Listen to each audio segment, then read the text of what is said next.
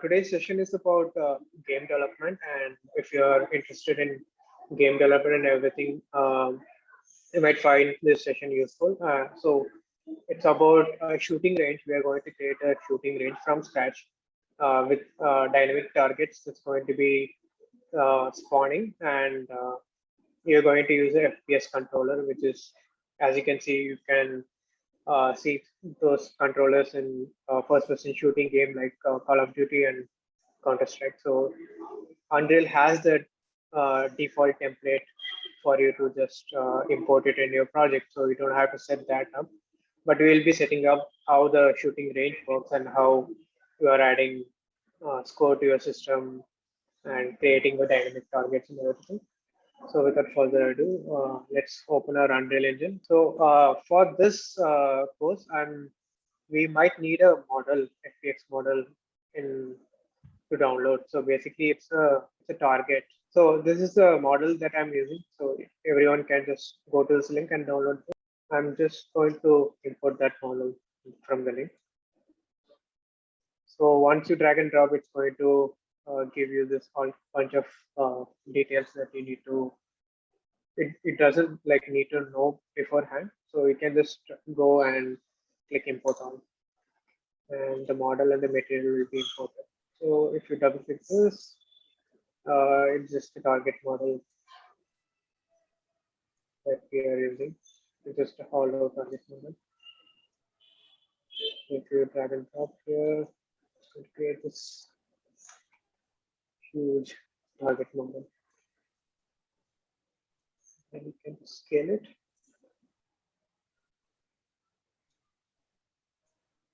And if you go to the material, it's the Unreal Engine has given you the default material to work with. So you don't have to create from scratch. When you import a model, it creates a default material for you. So if you double click the material, you are left with a parameter called base color, and it's in black, so we can just change it to white. So the visibility sake, and hit apply. So whenever you make changes, there's going to be this apply popping up. So only after you hit this apply, your changes is going to be actually reverted. So hit apply and take a little bit of time. Yeah, and as you can see, the material is white, the target is also white.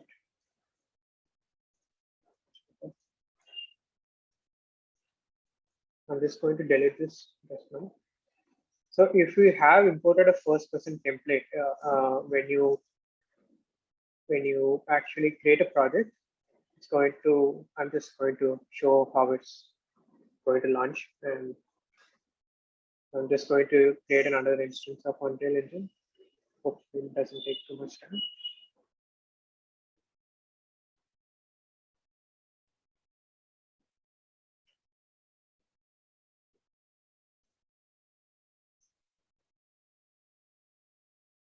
Yeah, when you create this, when you open the Unreal Engine, it's going to create a panel for you, which is going to show a bunch of options that you want, whether you want to use it for games, film and TV, architecture, and such.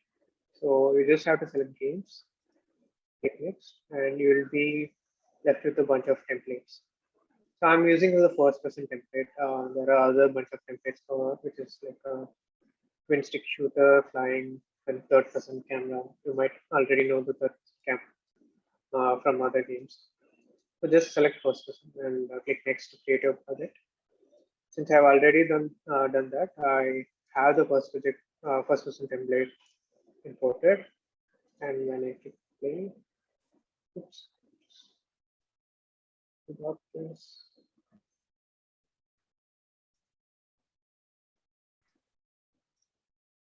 I'm just going to hit play, and I have a first picture. You can just shoot, and the ball is going to spawn. And that's about it. Since you already have this, just open the first person map, and you might have this. And if you click play, it's going to play this. So that's about. So let's just create a start working with the targets. So as I've already imported the target, let's create a folder called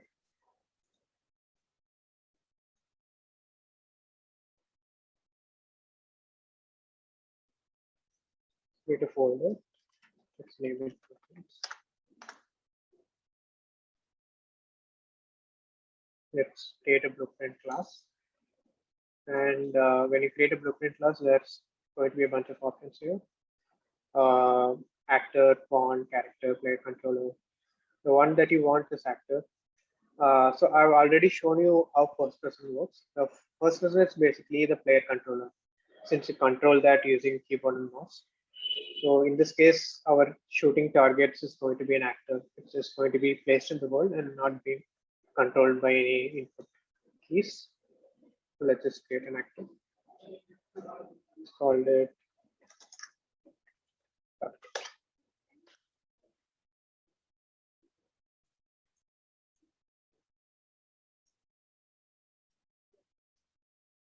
And once you create it, it's going to open up this panel, and it's going to lift up with this default scene group. And you're going to see this sphere, which is the default scene. So to add our mesh target, let's just hit add component, and let's go to static mesh. And in the static mesh panel, let's target something like target. Let's just select this target, and you're going to see this massive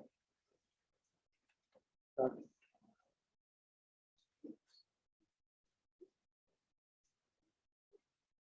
Let's just scale it down a bit. Let's do it as 0.1. Another useful thing is you have to know that, like when you click this lock icon, instead of selecting each XYZ, you can just enter 0.2. It's going to be scaled up uniformly in the XYZ. So that's one tip to note. Okay. Since I added a static mesh, let's compile this. And let's add this. And our blueprint class has found. So you can actually duplicate this using Control plus W. And you can move this using distance. Control plus W to duplicate, and then you can use the arrow gizmos to move it.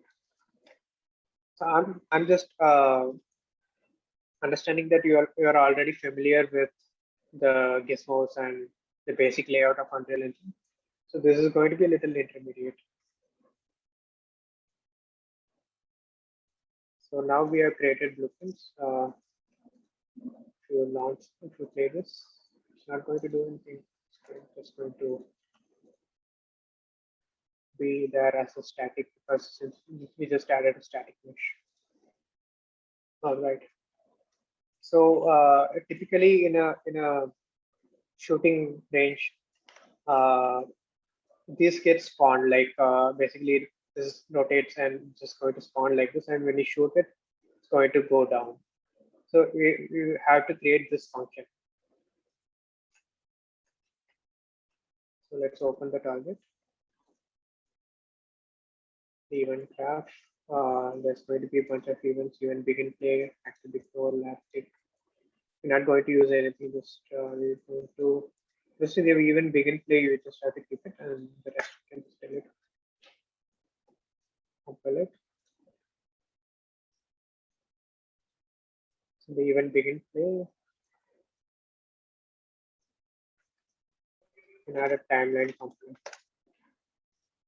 So what this timeline does is basically it's going to create a timeline of a float variable from 0 to 1.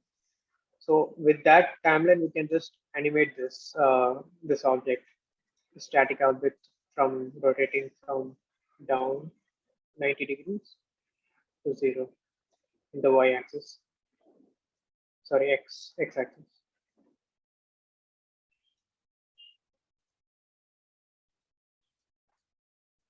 So since I've added timeline, let's double click this. It goes to the timeline.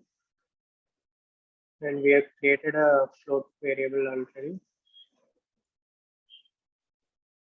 Just rename it. We'll call it rotation. And in the 0, we'll add a key. You can control the time and the value here. So instead of, you can also drag this to control the time. Or to be precise, you can just enter value here.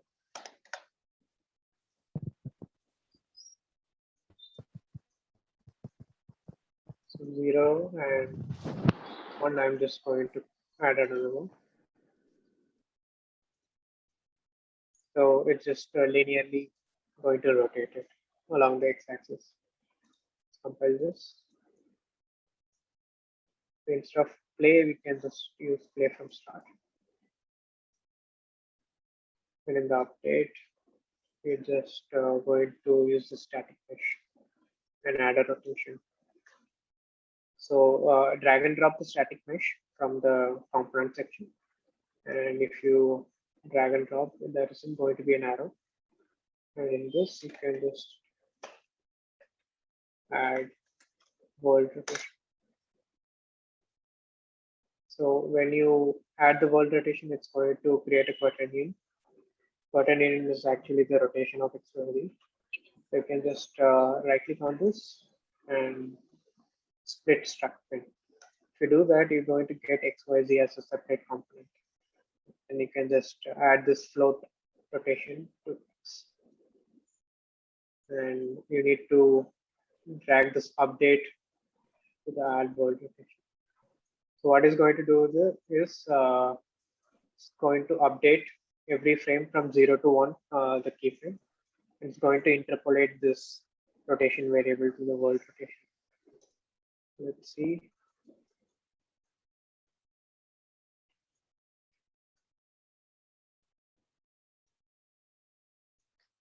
It's rotating on the other axis.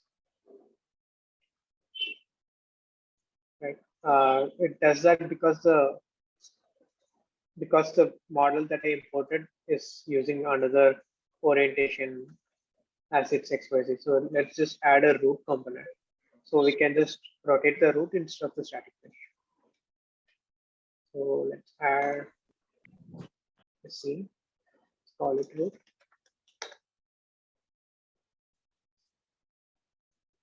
I'm going to drag and attach to the default scene root, so it's out of the static mesh.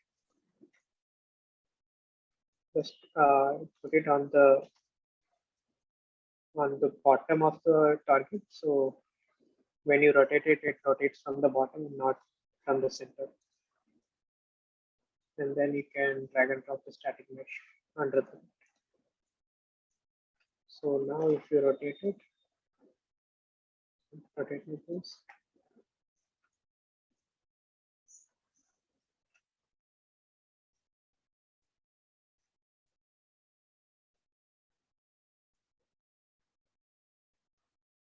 Let's try the pitch and see if it's rotating on the correct axis.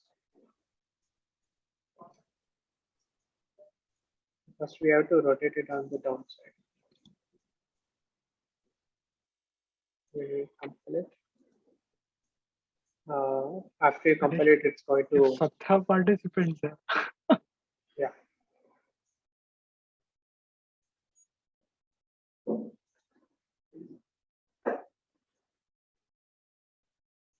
Just a minute, it's going to compile the shear.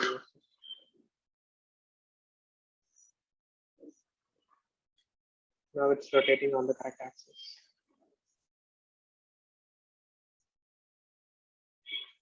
So you just need to rotate in Y, not X, because X rotated in the other orientation. In the timeline, it's rotating from 0 to 1. So we just don't need to rotate in the full axis. So let's just keep it on 0.5. Let the time be 1.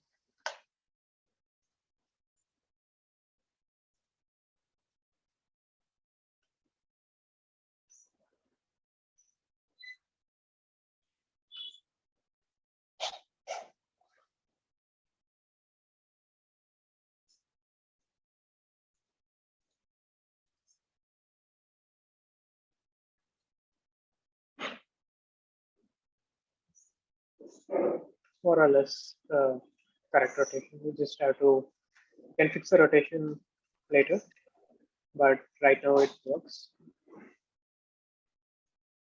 Let's just keep the length as 1 second. All right, so just keep it under 0.25 so it doesn't rotate in the full axis.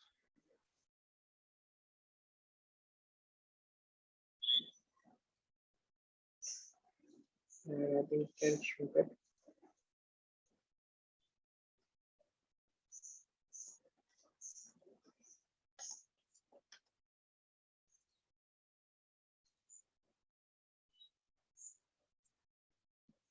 So let's open the first person controller.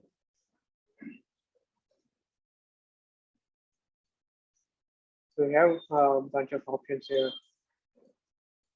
including the mouse input, the movement input, and WSAT. And this is the important class that spawns projected. As you notice, right now it's just a ball kind of thing, like doesn't behave as a bullet. So to fix this, I think we can just go to our projectile class. If you in the spawn projectile, you can just go to this actor spawn, click the first person projectile, and if you click this magnifying icon, it's going to find this first person projectile. Open this. And the initial speed is set to 3000. You can just set to 30,000 and max speed to 20,000. If you compile it, now it behaves as a bullet. As you can see, it's fast and it's bouncing also. So the bullet doesn't bounce. So you just have to disable the bounce in this. So in the projectile should bounce, you just make this as false.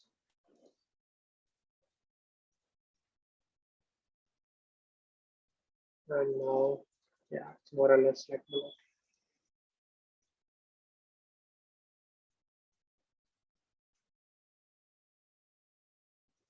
All right, so let's go to our target blueprint. Let's add actually add it what it means to be when the projectile hits the target. So the projectile class, you just don't have to add anything to the projectile class. Let's come to our first person character class, and in the spawn projectile, let's add some behavior to recognize the target. So from the play sound at location, let's add another node. It's going to be line trace by channel. So what line trace by channel is going to do is basically it's going to create a line from the gun's position, and to like 1,000 distance from this. So from here as a point to B point as a 1,000 plus distance from this.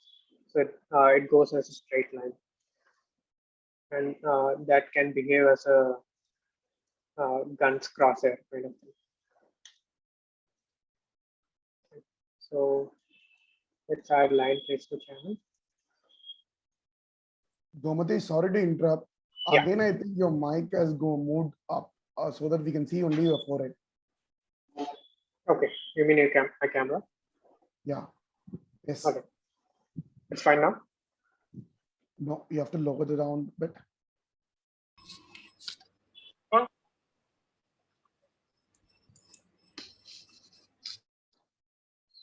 Yes, I think it's perfect. No. Yeah. It's okay, please. It's okay. We can go ahead. No problem. Let's move on. Okay. Sorry for the trouble. So let's add this line trace to channel. So what I've explained is it's going to just cast a line from the gun's position to infinitely on the on the front of the gun. So let's drag out camera, first person camera. Let's just drag this. And from the first person camera, let's get world location.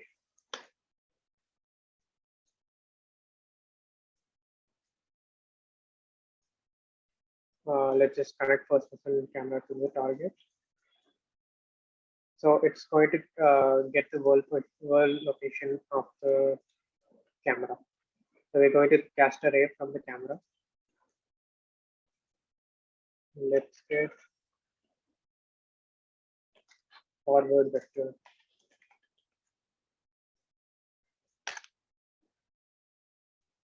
So what this forward vector is going to do is it's going to get a ray from the forward direction of the camera. It doesn't go up or right. It's going to go on the forward axis. So we get the forward vector.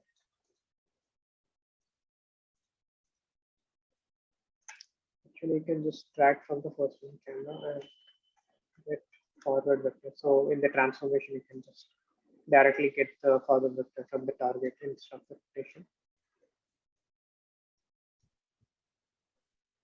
So when you get the forward vector, it's going to be 1, 1, 1.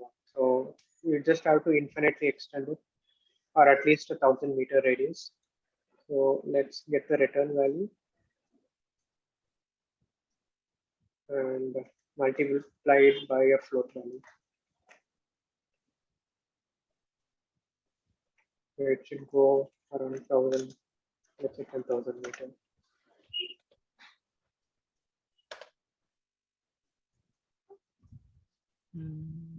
And let's just add both vectors.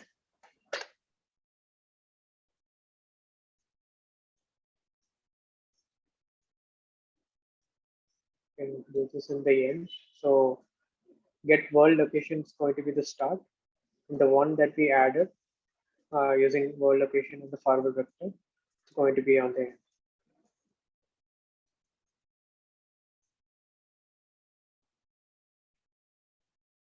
So after the line trace by channel, it's going to give us some variable, out variable.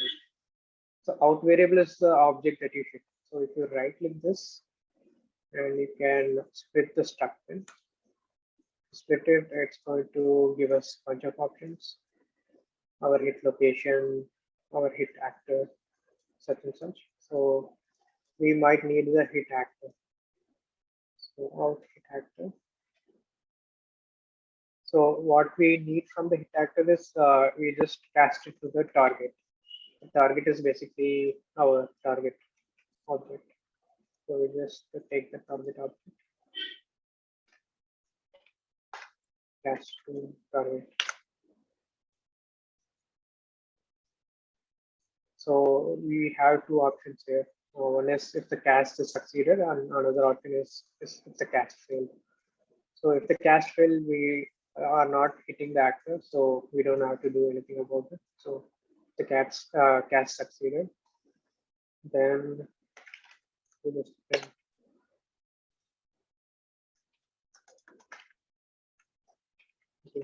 for now.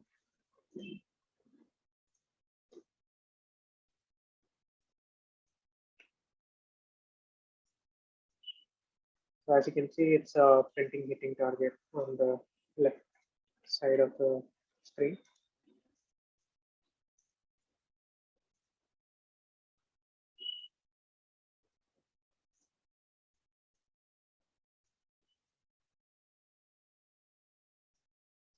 Okay.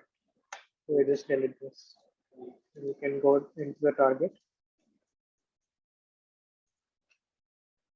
Let's add an event over here. So go to our, you can just right click on this and type custom event. So there's an option called add a custom event.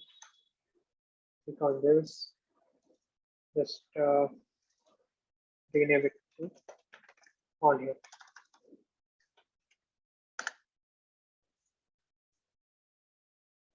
So to check this behavior, let's create a print string there.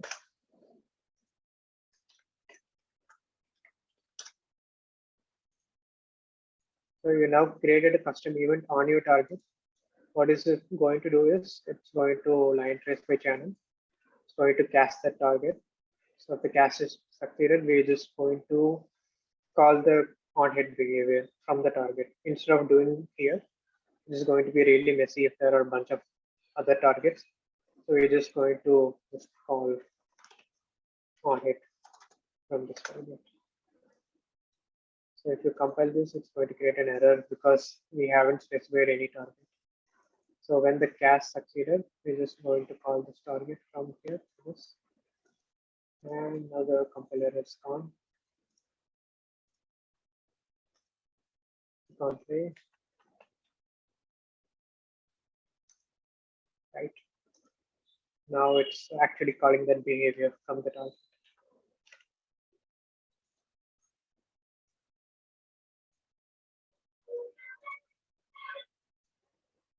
All right.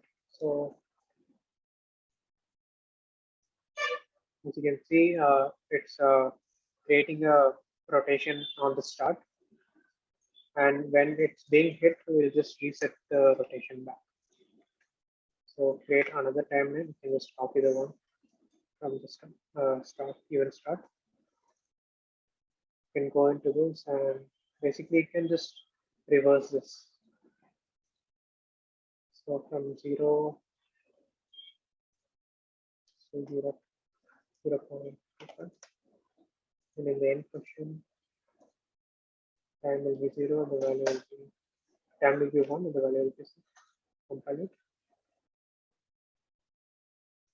With the given graph. So on hit, we just play this from the start. We have to do the same thing over here also. We just rotate it on the y-axis.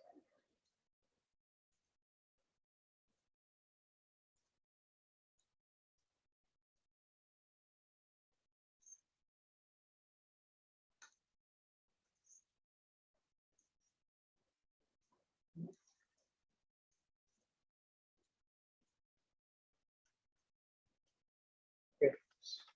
Not rotating on the other side. It's because you are actually rotating in the forward direction, like in the plus. So you have to rotate it, you have to go beyond the minus.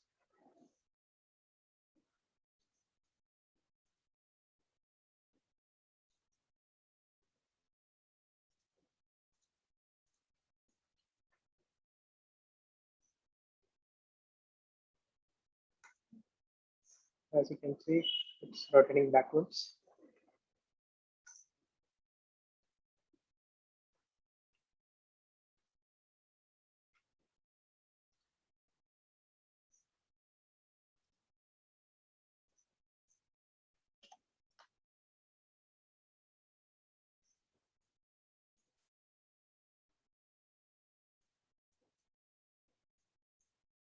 So we have two functions here. On even begin play, it's rotating to the on the front, and when you hit it, it goes backwards.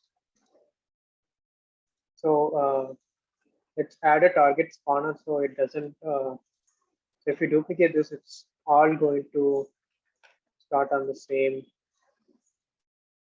rotation. So it automatically starts. Created 5 targets. Basically, when you play it, so all going to start on there.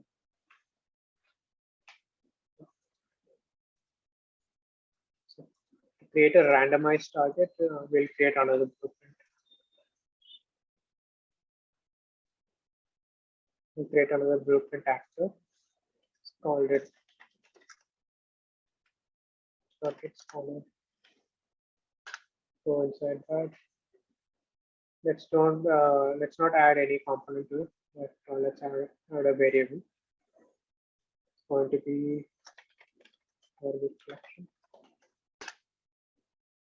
And when you add a variable, it's defaultly going to be in the Boolean type. So click on this. Just for target. and in the target, click on object reference. And in the, so click on this circle icon, a sphere icon, you're going to get a single variable or an array. So if we want a collection of objects, we have to create an array since it means target collection. And go and drag and drop here. It's not going to show us anything because the target collection is a private variable. So to make it as public, we are just going to click on this eye icon. To click this, it's going to be a public. So now you can just see the target collection here. So we have 5 target spawns. So we'll just create a 5 element in this collection. Add target.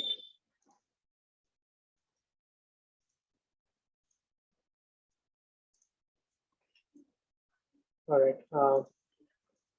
So what this is going to do is it's going to create a random target. And once you hit the target and it's going to pick another random target and it just creates that rotation, activates it basically. So the target spawner, let's just delete event pick.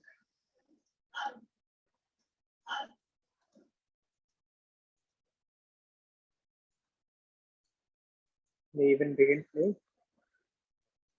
Let's get this target collection.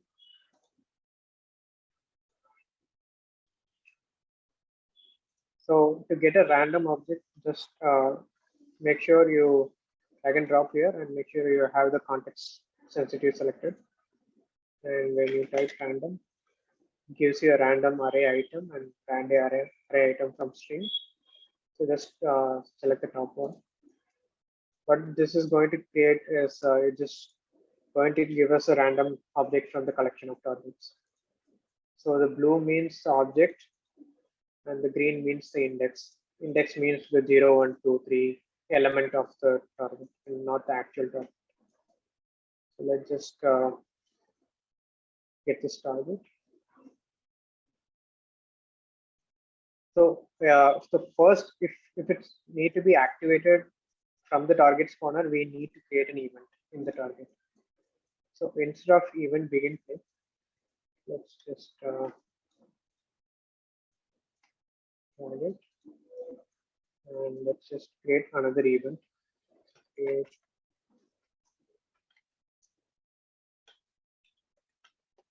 add custom event.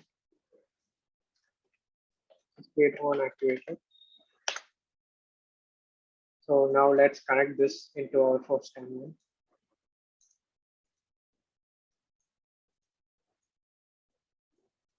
And in the event begin play of the target spawner, we're just going to call that on activated method.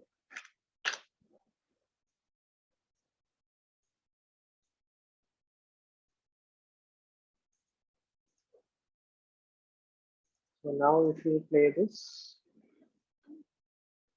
it's just going to activate one object because we're just getting one element from this collection. So if you shoot this, it's going to go back.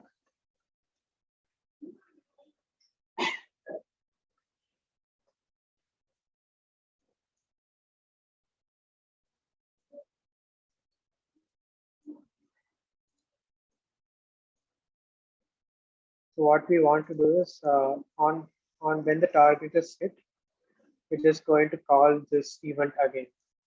So instead of event begin play, you can create another event. So let's say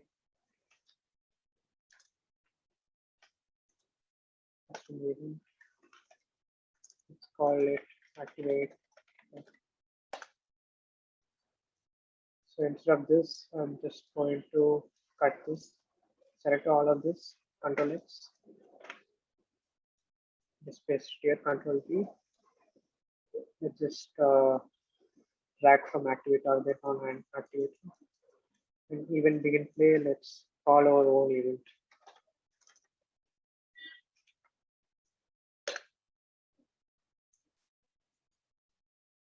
So in the event begin play, it's going to call this activate target, and one element of this collection is going to activate randomly. And when you hit it,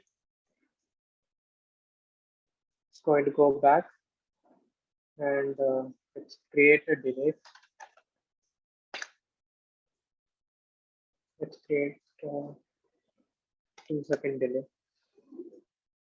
And when the delay is complete, let's get a reference to our target spawner in our target class. So add a variable and call it target spawner. Change it data type to target spawner. Let it be object reference. And make this as a public variable. So you can drag and drop the target spawner in the respective classes. So come here, we are adding a delay here of 2 seconds when the object is being hit. So when it goes back, we just get this target spawner. Call activate target event, the spawner.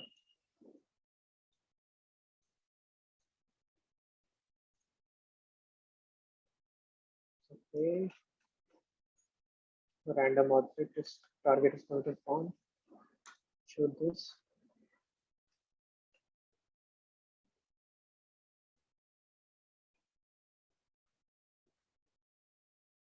Okay, nothing is being called now because as you can see, there are errors in this. We haven't assigned our target spawner to our targets. So let's go and do that.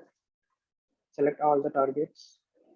And select the target spawner from the default target spawner section.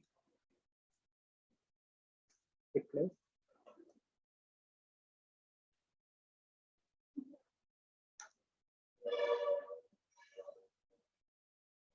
We can see once it hits, it's going to randomly activate.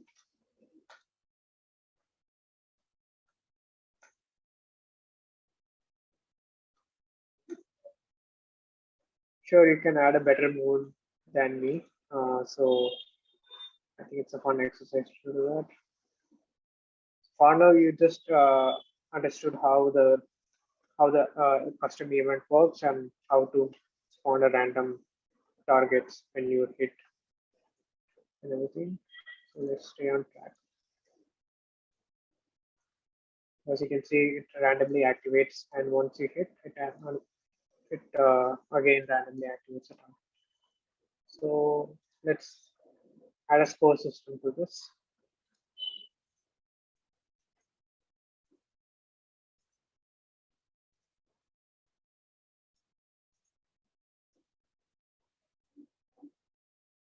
Create another folder called UI. So to add a score system, we need to add a UMG class. UMG is Unreal's UI system basically. To do that, you go into user interface and add a widget blueprint. Let's call this.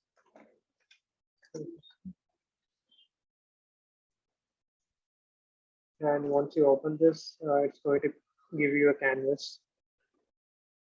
And in the comment section, you have a bunch of controllers that you can drag and drop. So there are buttons, images, and checkboxes. So we're just going to use a text component as code. So let's just use the text. Drag and drop on the right side of the panel. Increase height and width.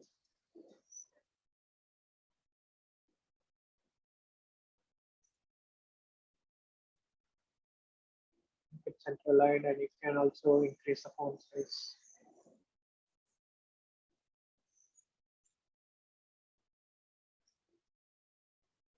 For now, let's call it 0.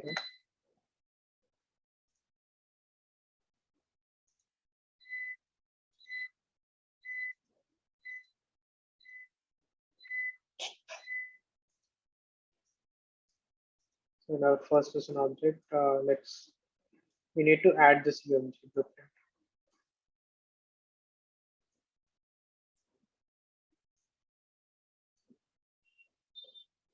I can just close the project. We need to add this in the character, first person character.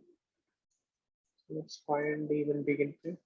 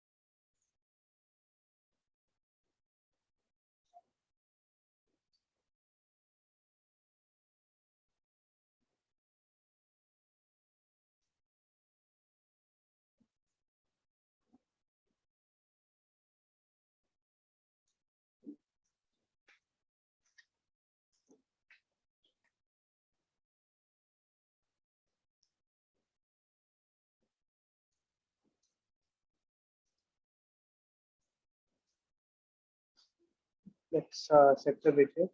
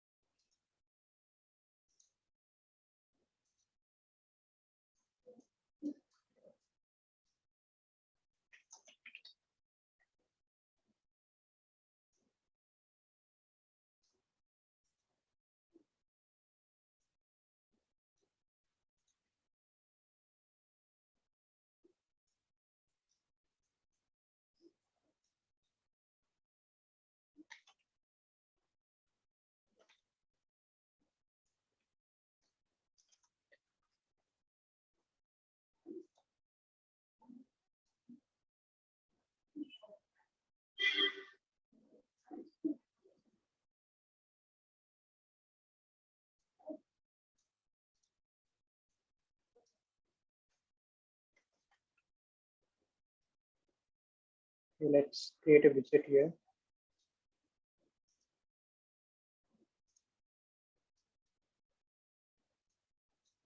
Select the school system.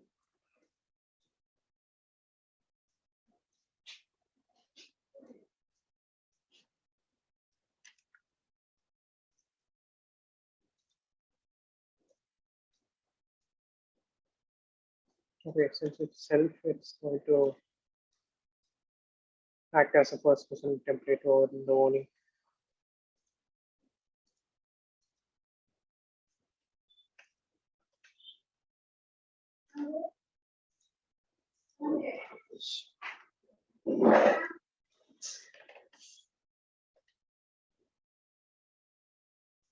After this core system, let's add to the viewport. The return value will be the target. So once you add to the viewport, that is my school.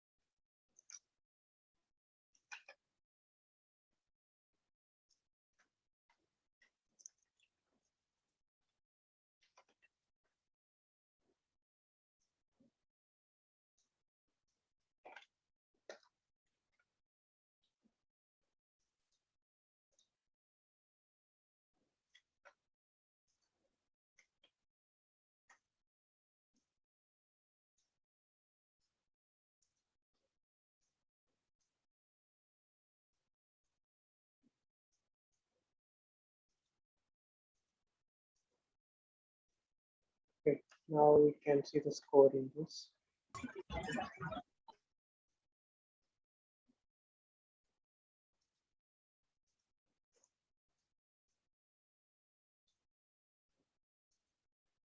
Go to the target. Sorry, not your target, first person character. And let's just interact with the score once you hit the target.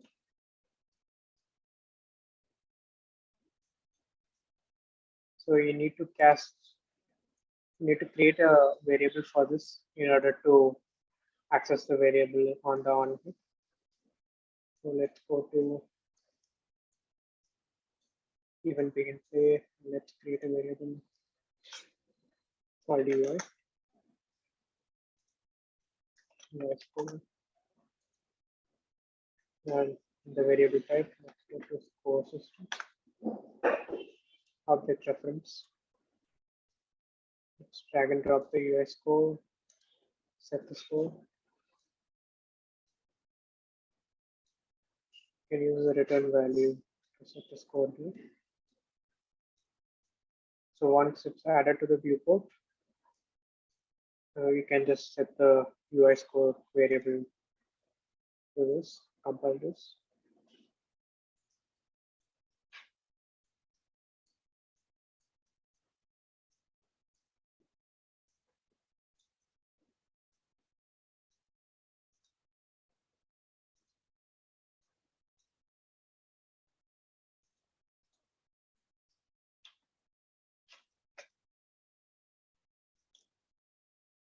So in order to access the text component, we are going to create a function here.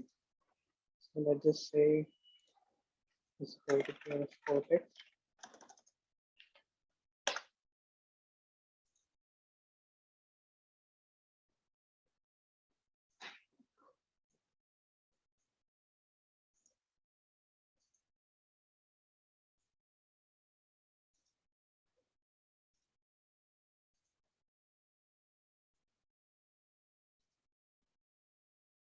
Let's bind our text to function. So we can just call this function from the first person character.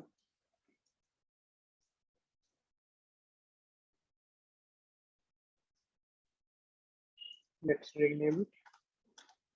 Say set score. It's going to take input. Rename the score. Score is going to be an integer. And the text value is going to be in string because the text that you set is actually a string. It's 0, A, B, C, any character, so it's going to be a string value. So what you need to do is you can typecast the score to the string. And so when you drag and drop, Unreal is going to typecast it automatically for us. To do that,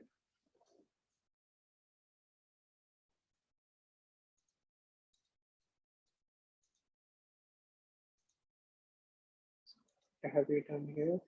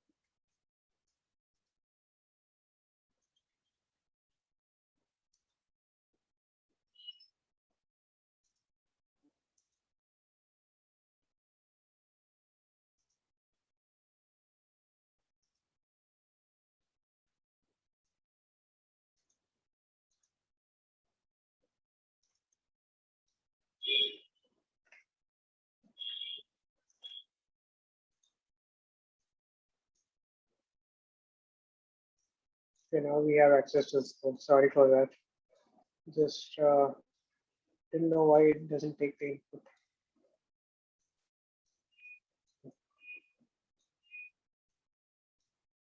What are you going to do is you're going to create a score variable, a first person. It will be an integer.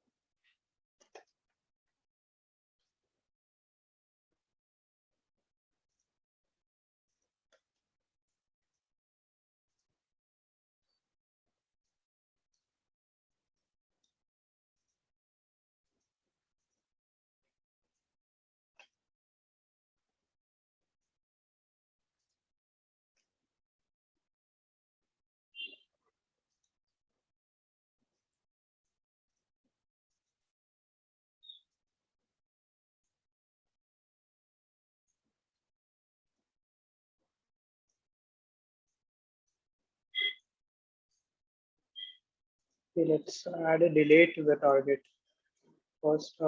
So when it spawns, after 2 seconds, it goes back to its previous position.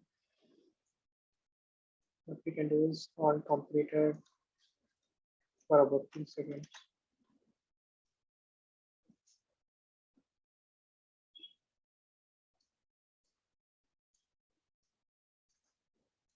Goes back to its original position.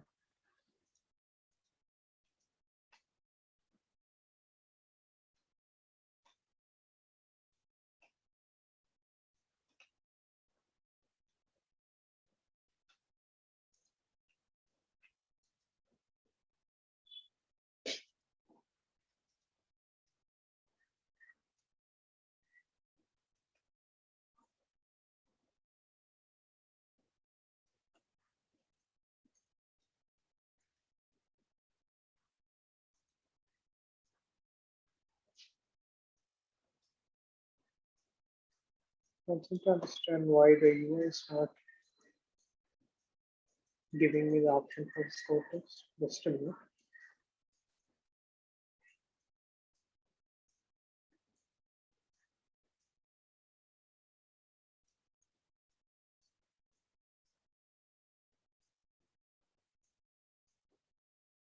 Setting the score text.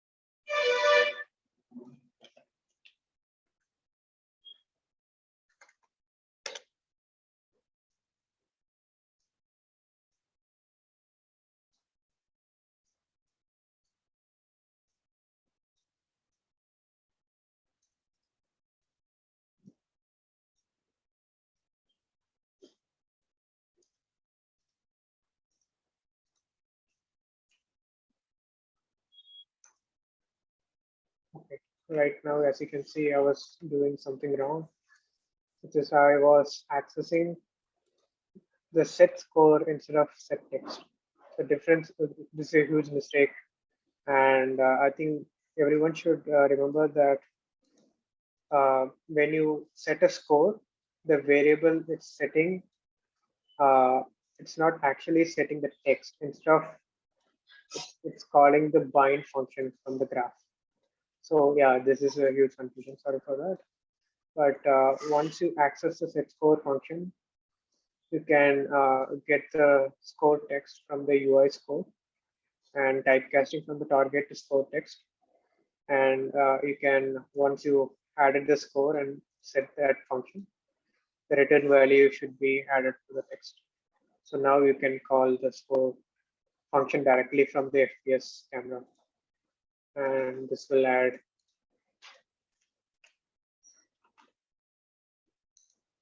let's just remove the going back thing for now.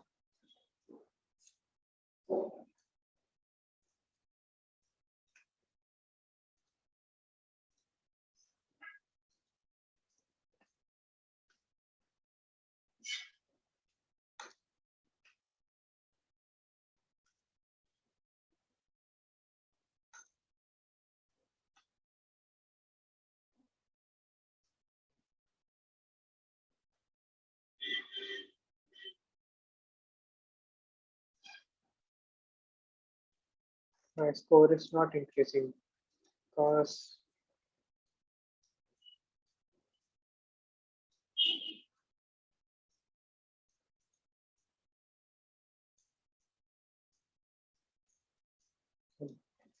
I'm not setting the score back to. So what it's doing is the score's default value is 0.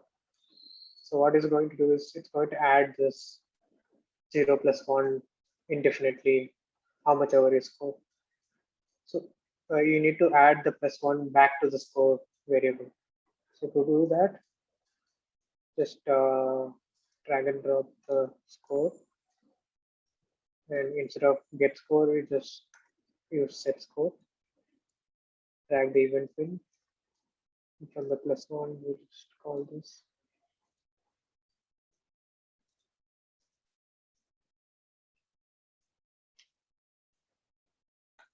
So now your score will add.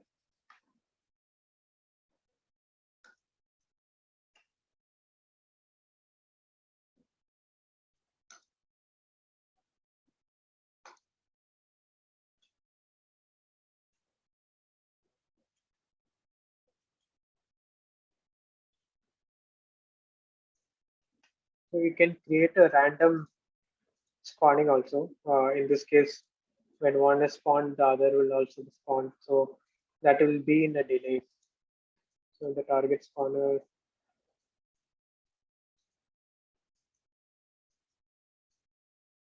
when it's activated, you can just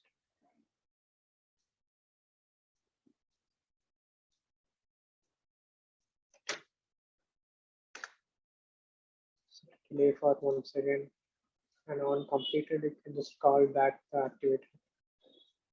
So after every 1 second, it's going to call this function.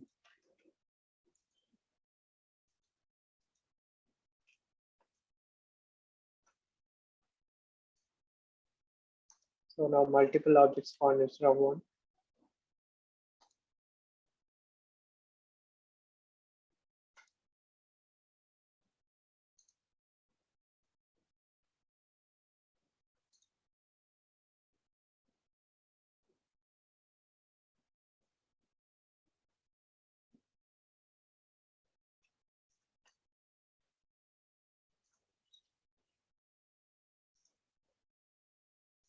What you can also do is you have in the starter content a different audio and particle effects. So you can add those in the meantime and see what is coming up. So in the starter content and particles, you have explosion, you have fire. So I think it's easier to add this in a particle emitter.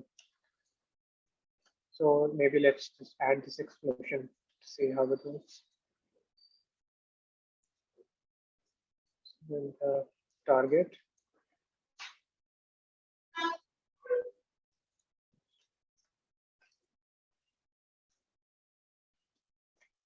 It's called the spawn emitter location. So when you create this node, it's going to ask for a emitter template. So just select explosion, and in the location you just you want the location of your root. So drag and drop, get whole location.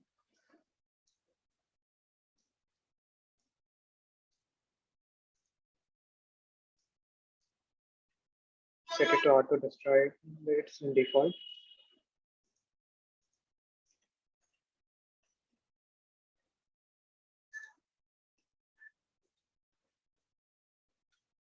As you can see, it's emitting. Since there is a delay, I think that's why it's adding after 2 seconds. So we just instruct this.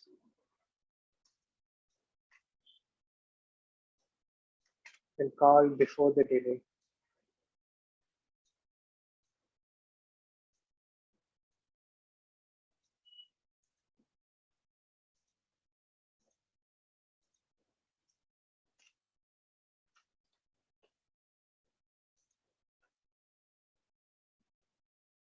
Let's keep on spawning. It's kind of cool though.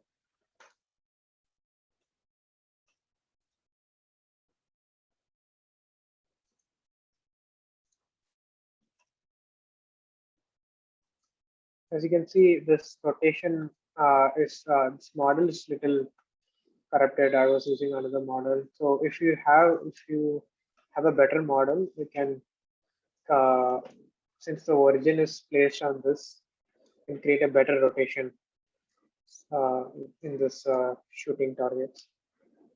So I think for your exercise, maybe you can just add this infinitely to spawn the target. So after the 5 targets, it doesn't end. So we can use a for loop maybe to iterate and check and add a variable to check if the target is already hit or not. And then you can spawn that again. Maybe to do that, you can add a variable called on hit. It is hit, and it can be a Boolean variable.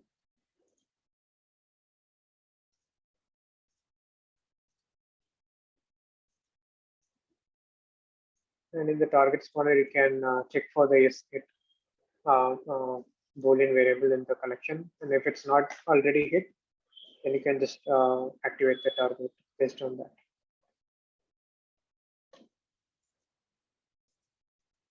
So I think hopefully you have enjoyed this session. I think this conveys the session.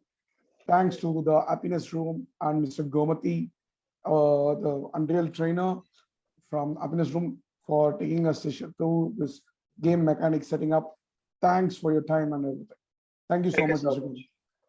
Thank you so much. Yes, thank you. Looking forward. Kindly keep following us on YouTube for these recordings of the sessions, and any queries, please do follow us. Thank you.